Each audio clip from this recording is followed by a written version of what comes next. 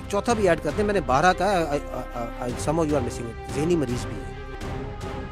পাকিস্তানের সেনাপ্রধান আহমেদ শরীফ চৌধুরী সম্প্রতি এমন এক কাণ্ড ঘটালেন যা দেখে মনে হবে যেন সংবাদ সম্মেলন নয়, বরং একটি নাটকীয় রিয়ালিটি শো চলছে। রাওয়ালপিন্ডির আইএসপিআর সদর দপ্তরে তিনি এক নারী সাংবাদিককে লক্ষ্য করে ক্যামেরার সামনে চোখ মারলেন। এমন আচরণ যা মুহূর্তের মধ্যেই ভাইরাল হয়ে যায়। एक चौथा भी ऐड करते हैं, मैंने 12 का some of you are missing it, ज़हनी मरीज भी है। লক্ষ্যভূত হয়েছেন জিও নিউজ উর্দুর সাংবাদিক আফসা কোমাল। তিনি সাবেক প্রধানমন্ত্রী ইমরান খানের বিষয়ে প্রশ্ন তুলেছিলেন, জাতীয় নিরাপত্তার হুমকি, রাষ্ট্রদ্রোহী এবং দিল্লির পুতুল, এই অভিযোগগুলো কি অতীতের অভিযোগের থেকে আলাদা?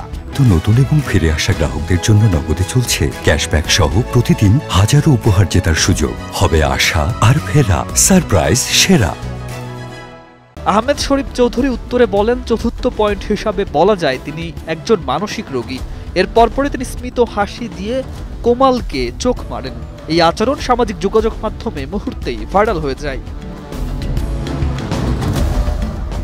নেটিজেনরা সরাসরি প্রতিক্রিয়া দিয়েছেন।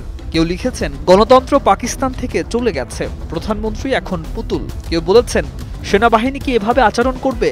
আরেকজন মন্তব্য করেছেন, একজন ইউনিফর্মধারী যদি এমন করে তাহলে দেশের সামরিক সংস্কৃতি কোথায় গিয়ে ঠেকল?